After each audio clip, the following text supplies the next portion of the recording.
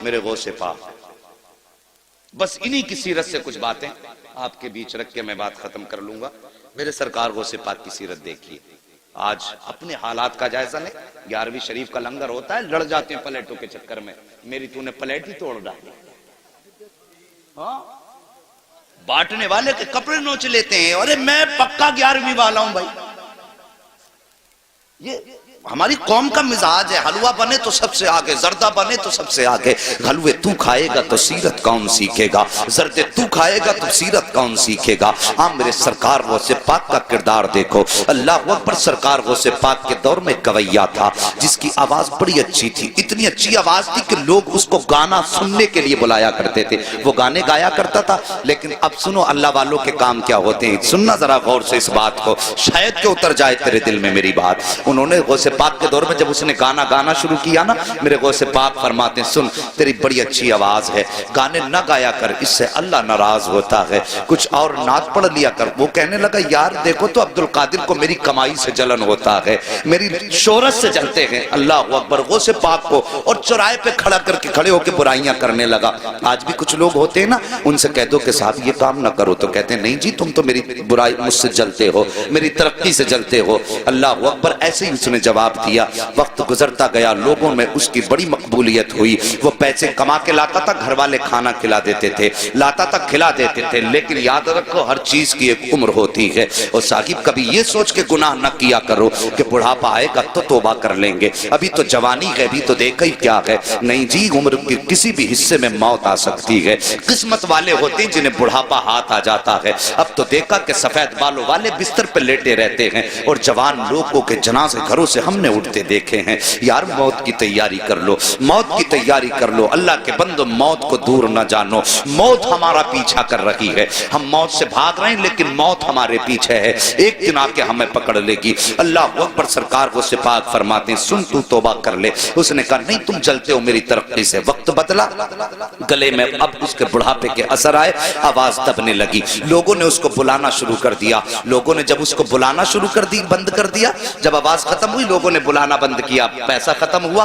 گھر والوں نے کھانا کھلانا بند کیا۔ کچھ دن تک پیسہ رہا، گھر والے کھلاتے رہے، لیکن جب پیسہ بالکل ختم ہوا گھر والوں نے اس کو کھانا دینا بند کر دیا، اپنوں نے منہ لگانا بند کر دیا۔ جب اپنوں نے منہ لگانا بند کر دیا، پھٹے کپڑے ہو گئے، میلا لباس ہو گیا، کوئی کھلاتا نہیں تھا، مکھیاں بدن پہ بھنکنے لگی، کوئی پاس نہیں بیٹھاتا تھا، جا کے قبرستان میں جا کے بیٹھ گیا، سوچنے لگا ایک دن یہیں پہ آنا ہے، ہو سکتا ہے کوئی مجھے کاندھا نہ دے۔ یہ سوچ کر کے قبرستان جا کر کے بیٹھا، دنیا مخالف ہے، کوئی کاندھا نہیں دے گا، مروں گا تو یہیں رہ جاؤں گا۔ لیکن اللہ اکبر، ایک دن اسی قبرستان کے پاس سے میرے سرکار غوث پاک کا گزر ہو جاتا ہے، اور وہ کریم ابن کریم جو ٹھہرے، وہ سخی ابن سخی جو ٹھہرے، اللہ اکبر، جیسی قبرستان کے پاس سے گزرے وہی لباس اس کا پرانا ہے، مکھیاں اس کے بدن پہ ہیں۔ میرے غوث نے قدم روک دیے، غور سے دیکھا، دیکھنے کے بعد پہچان گئے یار یہ تو وہی گویا ہے جو چوراہے پہ کھڑے ہو کر میری مخالفت کیا کرتا تھا، جو چوراہے پر کھڑے ہو کر کے میری برائی کیا کرتا تھا۔ آپ گئے، اپنے شاگرد کو بلایا، بلانے کے بعد آپ نے کچھ پیسوں کی تھیلی دی اور اپنے شاگرد کے ہاتھ میں دے کر کے کہا جاؤ قبرستان چلے جاؤ، وہاں پر ایک غریب بیٹھا ہوا ہے، اس کو جا کر کے یہ پیسہ روپیہ جا کر کے دے دو۔ اللہ اکبر، جیسی وہ لے کر کے چلا، غوث پاک فرماتے ہیں نام مت بتانا کس نے دیا ہے ورنہ وہ شرمندہ ہو جائے گا۔ آج اپنی زندگی کا آپ جائزہ لیجئے، اگر زکوٰۃ بانٹتے ہیں تو کیمرے لگا کے بانٹا کرتے ہیں، خیرات تقسیم کرتے ہیں تو کیمرے لگا کے تقسیم کیا کرتے ہیں۔ یار ہم نے کوئی نیکی کی تو اللہ کو دکھانے کے لیے کی یا بندوں کو دکھانے کے لیے کی ہے؟ اگر دنیا کو دکھانے کے لیے کرتے ہو تو یہ نیکی تمہارے منہ پہ مار دی جائے گی، اگر اللہ کو دکھانے کے لیے کر رہے ہو تو پھر کسی کی پرواہ نہ کرو، کوئی دیکھے نہ دیکھے، بس یہ سوچا کرو کہ یا تو خدا دیکھے یا مدینے والا مصطفیٰ دیکھ لے، اور کسی کی غربت کا تماشا نہ اڑایا کرو۔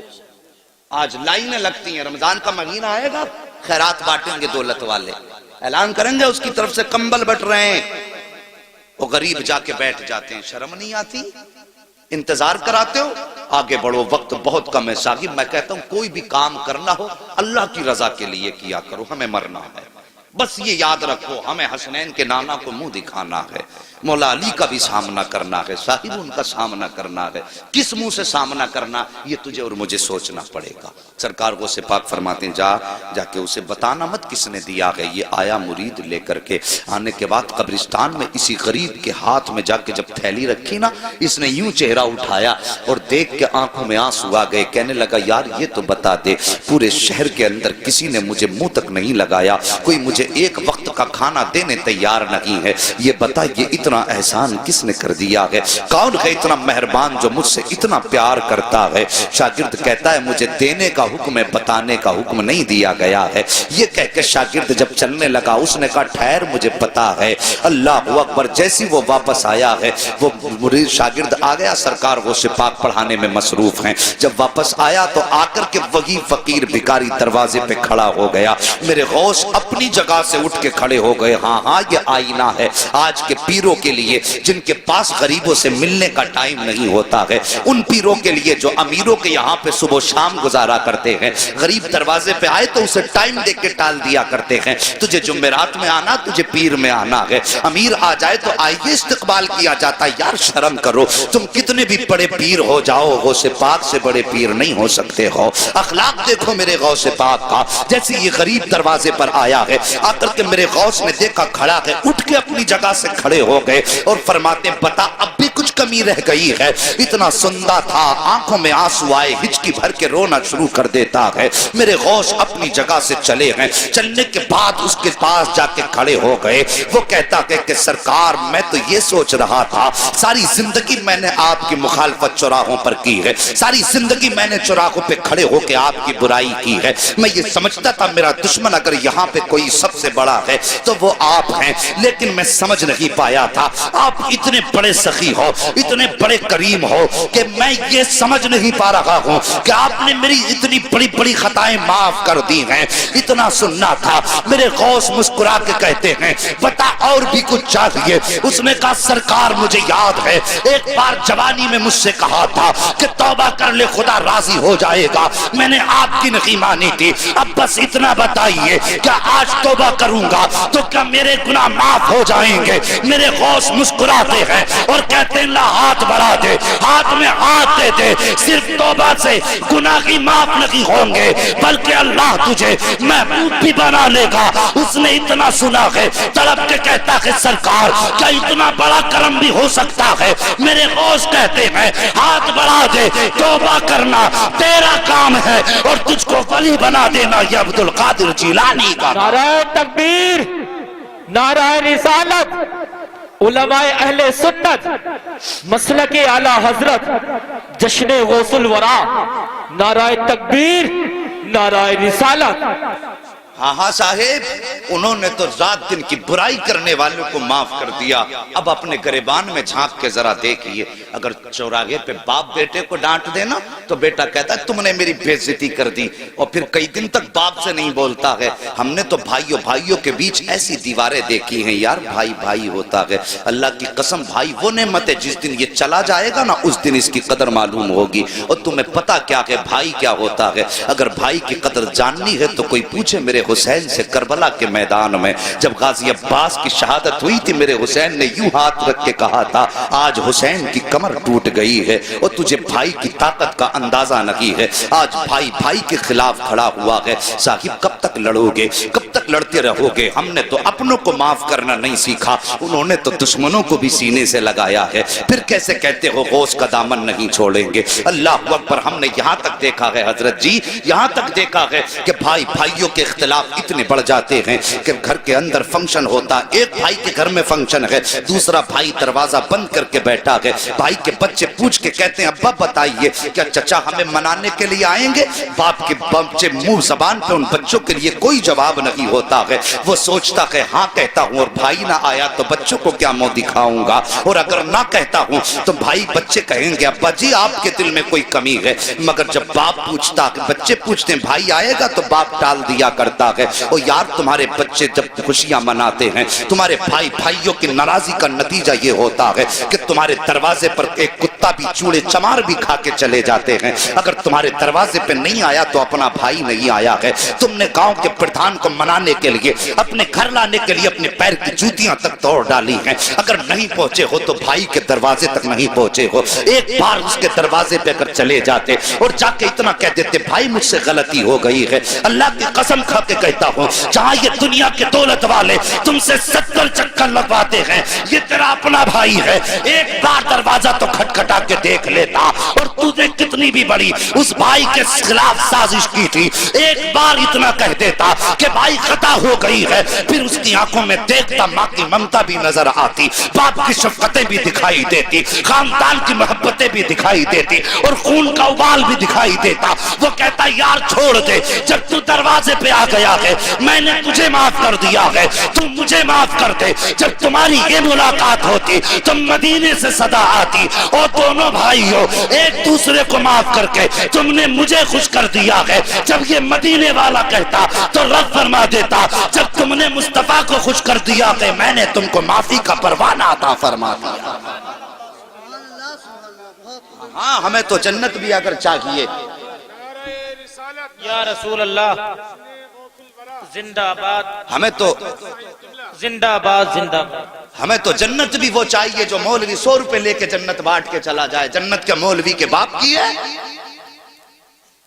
مجھے نہیں آتا یہ کہنا کہ ایک رات جلسہ کرا تو جنتی ہو جاؤ گے۔ ہاں ہاں وہ بات اپنی جگہ صحیح ہے، کوئی ایک نیکی اگر کام آ گئی تو بخشش کے لیے کافی ہو جائے گی، لیکن ٹھیکہ نہیں، گارنٹی نہیں۔ یہ بات یاد رکھنا کہ زندگی میں ایک جلسہ ہو اس میں آ کے سن لی اور پورے سال خرافاتیں کرتے رہے، پھر ایسے جلسوں کا نتیجہ کیا؟ آج آ کے بیٹھے کچھ حاصل کر کے جاؤ۔ میرے غوث نے تو دشمن کو بھی معاف کر دیا، پھر ہم اپنے بھائی کو معاف کرنے کی ہمت کیوں نہیں رکھتے؟ اور سوچو ذرا، دل پہ ہاتھ رکھ کے سوچو، جب میرے نبی کے پتھر مارے نا ظالموں نے تو صحابہ کہتے تھے آقا اب تو پانی سر سے اوپر ہو گیا ہے، اب بد دعا کر ہی دیجئے۔ نبوت والے ہاتھ اٹھے، صحابہ کہتے ہیں ہم سوچنے لگے، ہم آقا کے چہرے پہ نگاہیں جم گئیں، آج نبی بد دعا کریں گے وہ کفر ہمیشہ کے لیے ختم ہو جائے گا۔ صحابہ فرماتے ہم نے دیکھا نبوت والے وہ ہونٹ ہلے جن کے بارے میں میرے امام نے مسکرا کے کہا پتلی پتلی گلے قدس کی پتیاں، ان لبوں کی نزاکت پہ لاکھوں سلام۔ صحابہ فرماتے جب وہ ہونٹ کھلے نا ہم حیرت میں رہ گئے، نبی نے بد دعا نہیں کی بلکہ جملہ نکلا اللہ یہ مجھے پہچانتے نہیں تو ان کو میری پہچان عطا فرما دے۔ اللہ اکبر، یہ دیکھو یہ نبی ہیں، ہم نے اس نبی کا کلمہ پڑھا ہے جس نے دشمن کو سینے سے لگایا، اور پھر ہم کس کھیت کی مولی ہیں؟ میرے نبی نے یہی تو دین دیا تھا، معاف کرنے والا بدلہ لینے والے سے زیادہ طاقتور ہوتا ہے۔ اگر تم سے کسی کا دل ٹوٹا ہے تو یار اپنی انا مٹی میں ملا دو، بس صرف مصطفیٰ کی رضا کے لیے۔ میں کچھ نہیں کہتا تم سے، صرف مصطفیٰ کی رضا کے لیے، اور صبح کو جا کے دروازہ کھٹکھٹا دو۔ اگر وہ یہ بھی کہے ذلیل تجھے شرم نہیں آئی، اتنا بے غیرت پھر بھی چلایا دروازے پہ، تو منہ نہ بگاڑنا، مسکرا کے کہنا یار میں تیرے لیے نہیں آیا، میں تو مدینے والے مصطفیٰ کے لیے آیا۔ اتنا کہہ کے اپنی انا مٹی میں ملا دو۔ حضرت علی فرماتے ہیں اگر کسی بڑے کا ادب کرنے میں یا انکساری میں کسی کی عزت کم ہو جائے تو حضرت علی فرماتے ہیں وہ قیامت میں میرا دامن پکڑ لے۔ جھکنے والوں کو اللہ عزتیں کم نہیں کرتا بلکہ جھکنے والوں کو اللہ عزتیں زیادہ عطا فرماتا ہے۔ بات سمجھ رہے ہیں میری؟ ہم میں تو دیواریں بڑی اونچی اونچی ہو گئی۔ ایک بھیا اگر بن گیا نا کوئی ادھیکاری اور دوسرا بیچارہ ٹھیلا لگا کے بچے پالتا ہے تو ان کے بیچ بڑا فرق ہو گیا۔ وہ سوچ یار تجھے اللہ نے اگر ادھیکاری بنا دیا، تیری 60,000 یا 90,000 تنخواہ ہے، تو سوچ وہی خدا اگر چاہتا تو تجھے ٹھیلے پہ لگا دیتا، اور جسے ٹھیلے پہ لگایا اسے اس پوسٹ پہ بیٹھا دیتا۔ پھر بتا تیرا کیا ہے اس میں؟ اللہ نے زندگی دی، اگر امیر بھی ہو نا تو غریبوں کو نبھا کے چلو۔ میرے غوث پاک رضی اللہ تعالیٰ عنہ حج کے سفر کے لیے روانہ ہوئے، شور ہو گیا پورے بغداد میں، سرکار غوث پاک حج کے لیے جا رہے ہیں. آپ دیکھیے حضور آسن میاں آئے, خبر ہو جائے آسن میاں آ رہے ہیں, کتنی بھیڑ لگ جاتی ہے کہ نہیں لگتی کہ نہیں لگتی؟ بہت بھیڑ لگتی. اور پھر اگر پتہ چل جائے تاج الشریعہ آ رہے ہیں, پھر تو میدان چھوٹے پڑ جاتے. سوچو اگر تاج الشریعہ کا یہ عالم ہے اور جب لوگوں کو پتہ چل جائے کہ بغداد والے غوث حج کے لیے جا رہے ہیں, پھر کیا عالم ہوگا؟ بھیڑ لگنے لگی. اللہ اکبر. سبق حاصل کرو زندگی سے. بھیڑ لگنے لگی, بہت بڑا قافلہ ہو گیا. جب چلنے لگا تو ظاہر ہے پہلے کوئی ہوائی جہاز تو تھے نہیں, نہ بسیں تھی. وہ چوپایوں والی سواریوں پہ لوگ سفر کیا کرتے تھے, یہی تھا نا, سفر کرتے تھے. جب سفر کرتے تھے پیدل تو پھر راستے میں پڑاؤ بھی پڑنا, یہ بھی ضروری تھا, ٹھہرنا آرام کرنا. تو کچھ بستیاں راستے میں پڑتی تھی. وہاں لوگوں کو پتہ چلا غوث پاک ادھر سے گزرنے والے ہیں, تو پتہ چلا یہیں قیام کریں گے. امیروں نے اپنے اپنے گھر سجا دیے, انتظام کر دیا غوث پاک میرے گھر ٹھہریں گے. لیکن ایک غریب تھا, وہ سوچنے لگا, تمنا تھی کاش میرے پاس دولت ہوتی, میں اپنے گھر بیٹھاتا غوث پاک کو, میں اپنے گھر بیٹھاتا اگر میرے پاس دولت ہوتی. لیکن اب میں اپنے گھر نہیں لاؤں گا, کیوں؟ میں ان کے لائق نہیں ہوں, بس ان کا دیدار ہو جائے یہی بہت بڑی بات. لیکن یہ کہتا میں بیٹھا تھا, اچانک میرے دروازے پہ شور ہوا, او یار دروازہ تو کھول. کہا میں نے جیسی کھول کے دیکھا سامنے میری چوکھٹ پہ غوث الاعظم مسکرا رہے تھے. بڑے بڑے امیر کھڑے ہیں, لیکن میرے غوث نے غریب کے دروازے پہ دستک دی. وہ کہتا میرے گھر میں کچھ بیٹیاں تھیں اور جن کی میں شادی کرنا چاہتا تھا, انتظام نہیں تھا, اور مجھے ڈر یہ تھا غوث پاک کو ٹھہراؤں گا تو ان کے ساتھ لوگ بھی ہوں گے, ان کے کھانے کا بھی انتظام ہوگا. کہتا غوث پاک آئے, میرے گھر میں ٹھہرے. فرماتے ہیں پورا انتظام غوث پاک نے فرمایا کھانے کا ہے. آج نذرانے لینے کا تو رواج پیروں میں نظر آ رہا ہے, لیکن دینے والا پیر نظر. سوچو, خود سوچو, اگر میں غلط ہوں کہہ دو کھڑے ہو کے. دینے والا پیر. نذرانوں کا ایک تصور تھا پیروں کی بارگاہ میں, کہ امیروں سے لیتے تھے, غریبوں کو دیتے تھے, اس لیے امیر جا کے دیتے تھے حضرت یہ نذرانہ. اب تو بھائی غریب بھی آ کے کہتا نا حضرت 50,000 کم پڑ رہے ہیں بیٹی کی شادی میں, دعا فرما دیں, تو پہلے 100 روپے دعا کے لیے لے لیتا وہ اس سے. پہلے 50,000 تھے, اب وہ رہ گئے 49,950 غریب تھے. 50 اور گھٹ ہو جاتے, کم ہو جاتے ہیں. مگر میرے غوث پاک اللہ اکبر قربان جائیں, ایسے دستگیر زمانے میں کوئی نظر آتا ہی نہیں. تیری نسل پاک میں ہے بچہ بچہ نور کا, تو ہے عین نور تیرا. سبحان اللہ. سب کو نعت یاد ہے, اللہ سلامت رکھے. توجہ ہے. کہتا ہے میرے غوث پاک میرے گھر پہ ٹھہرے, انتظام کیا کھانے کا.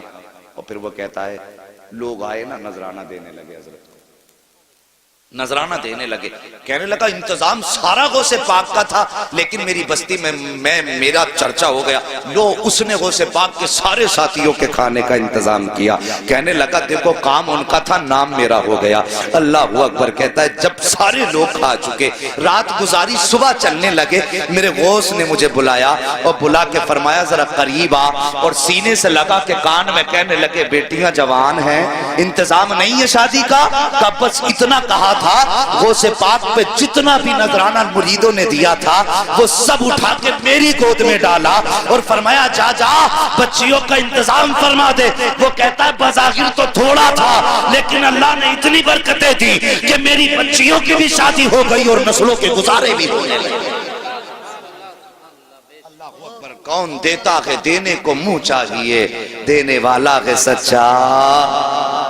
ہمارا نبی غریبوں سے پیار کرو, یہ میرے نبی کا فرمان ہے. اور یہ میرے غوث کی زندگی کا ایک بات آخری نبی کی بیان کر کے بات ختم کر لوں. ابھی برداشت کریں گے تھوڑے سے. اللہ سلامت رکھ کے سارے بول دو یا رسول اللہ. ہے جی اتنی کنجوسی سے نہیں, اب نبی کے صدقے میں ہاتھ ملے تو اٹھائی دیجئے. میں نے اب تک کسی سے سبحان اللہ کہلوایا, تھکایا آپ کو, بس چاہتا تھا ذہن منتشر نہ ہو, دل میں بات اترے. لیکن اب ذرا بیداری دکھائیے اور بولیے یا رسول اللہ. اللہ سلامت رکھے. بس توجہ کیجئے, میرے نبی نے غریب پروری کیسی فرمائی. توجہ کرنا, بس 10 منٹ رہ گئے. خیریت ہیں پیچھے والے لوگ؟ ٹھنڈی ہوا تو نہیں لگ رہی ہے؟ کوئی بات نہیں, یہاں ٹھنڈی برداشت کر لو, قیامت میں گرمی سے غوث پاک بچا لیں گے. انشاءاللہ. توجہ ہے میرے نبی. اللہ اکبر. اتنا غریب پرور قربان جاؤں. ہمیں تو دولت پہ بو ہے, گھمنڈ ہے دولت کا. کیا کرنا ہے یار, آج آنکھیں کھلی ہیں تو سب ہمارا ہے, جس دن بند ہو گئی سب پر آیا ہے. اس پہ نہیں اترانا چاہیے, اس پہ نہیں اترانا چاہیے. واصف علی واصف ایک بڑا مشہور شخص گزرا ہے, انہوں نے اسکول بنایا, اسکول انٹر کالج جو بھی بنایا, لوگ اس بڑا نرم دل تھا. اس کی بات بہت, اس نے اہم بات کہی تھی. اس نے لوگوں نے اس کے پاس آتے ایڈمیشن کرانے کے لیے, تو لوگ کہتے کہ صاحب غریب ہیں فیس نہیں دے پائیں گے, تو کہتا تھا چلو معاف کر دیں. کوئی آ کے کہتا غریب ہے فیس نہیں دے پائیں گے, تو لوگ کہتے تھے پھر کہتا معاف کر دی. جو اس کا پرنسپل تھا اس نے کہا سر اگر ایسے ہی معاف کرتے رہیں گے تو دھندا کیسے چلے گا. اس ٹائم تو کمائی کا سب سے اچھا سسٹم ہے, اسپتال بنا لو یا کالج بنا لو.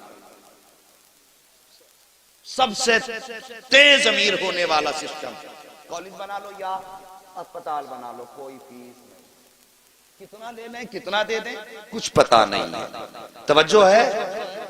ہاں برا مت ماننا اگر کسی کا اسکول ہو تو نصیحت حاصل کرنا. واصف علی واصف سے پرنسپل نے کہا کہ اگر سر ایسی معاف کرتے رہے تو دھندا کیسے چلے گا. اس نے کہا یہ اسکول میں نے پیسہ کمانے کے لیے نہیں بنایا.